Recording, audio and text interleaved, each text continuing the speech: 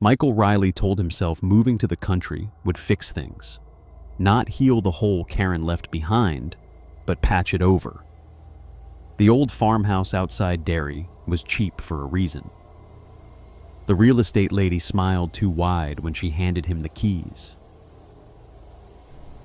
The last folks just left.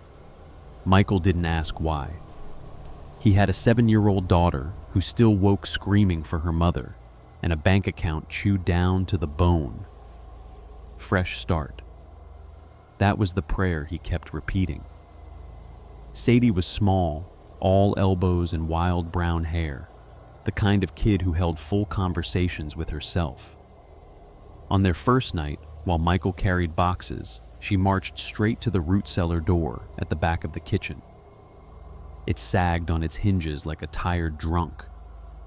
Michael had meant to nail it shut, but Sadie was already turning the knob.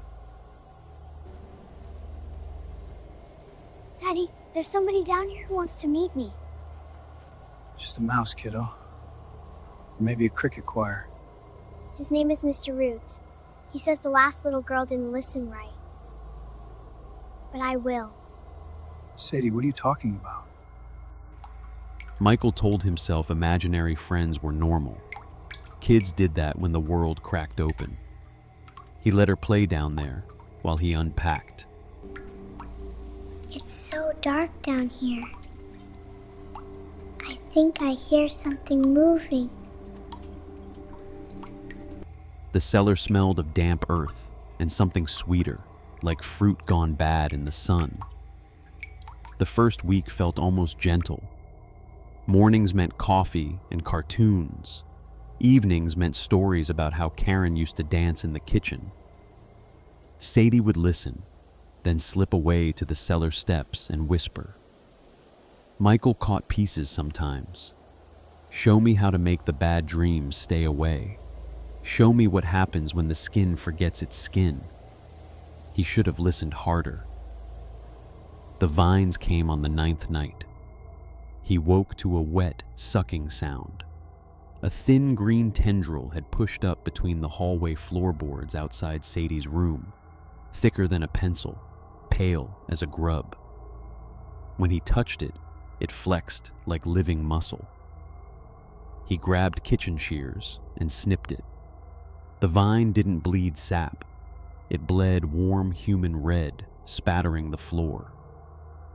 The smell hit him like every hospital nightmare he'd ever had.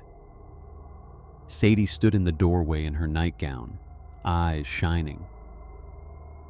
Mr. Roots says you're not supposed to cut his fingers, Daddy. He says it makes him cross. The next morning, the fridge was wrong. Carrots lay in the crisper like severed thumbs. When Michael picked one up, tiny white teeth, perfect, child-sized, pushed through the skin and clicked together. He threw the whole drawer away, gagging.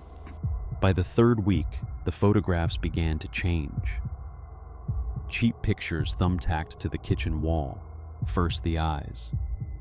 In their wedding photo, Karen's smile twisted into a silent scream, cheeks stretched like taffy, eyes bulging the way they had in the ICU. Michael tore it down. On the back, in handwriting he didn't recognize, she saw what grows. Sadie held up a crayon drawing, a man, a little girl, and between them a black shape with too many roots for arms. Mr. Root says the house is remembering, she told him. The last family left too soon. They only got the daddy, not the little girl. That night, Michael called the real estate lady. When she finally answered, her voice sounded distant, hollow. The old man before you said the Cellar wanted a child. Something older than Derry, older than the Indians. It grew down there when the glaciers left. It feeds slow. It waits for the right family, then finishes the garden. She gave a brittle laugh. You're not thinking of leaving, are you? The price was so good. The next afternoon, Michael went down the cellar steps with a flashlight and a claw hammer. The air was thick, humid, breathing against his neck.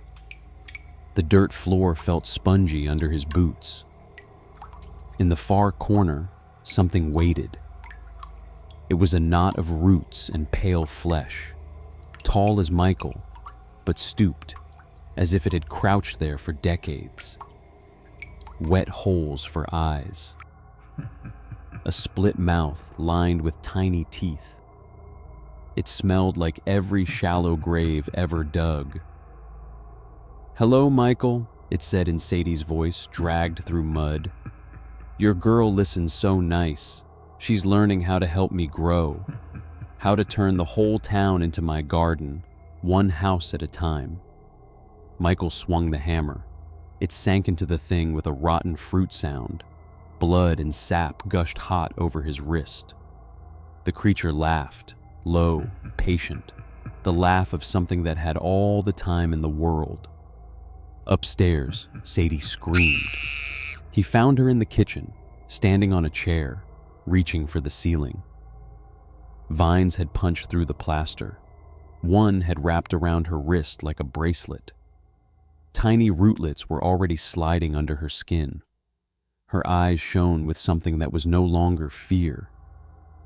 "Daddy," she whispered, "Mr. Root says I can stay forever. He says the town needs new seeds.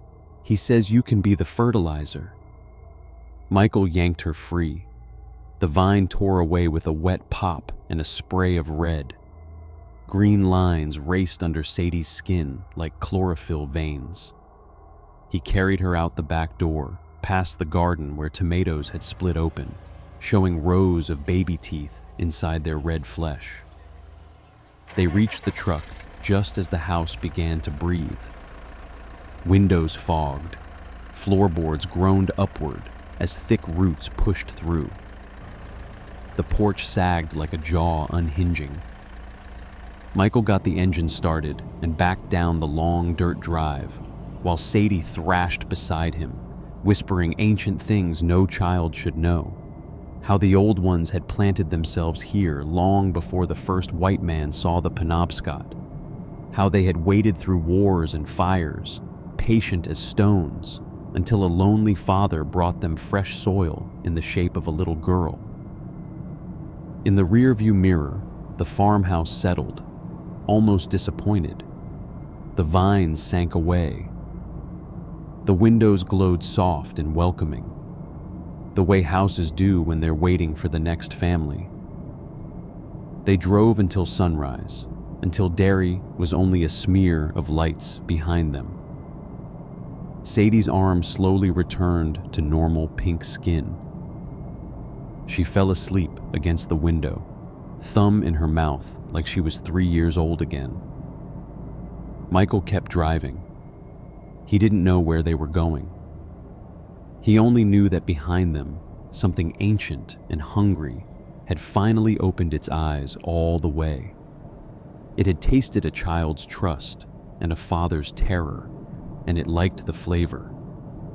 Somewhere in the dark, the cellar door still stood open, and Mr. Root, patient, endless Mr. Root, was already whispering to the next pair of headlights coming down that long dirt road, looking for a cheap old farmhouse and a fresh start. He had all the time in the world.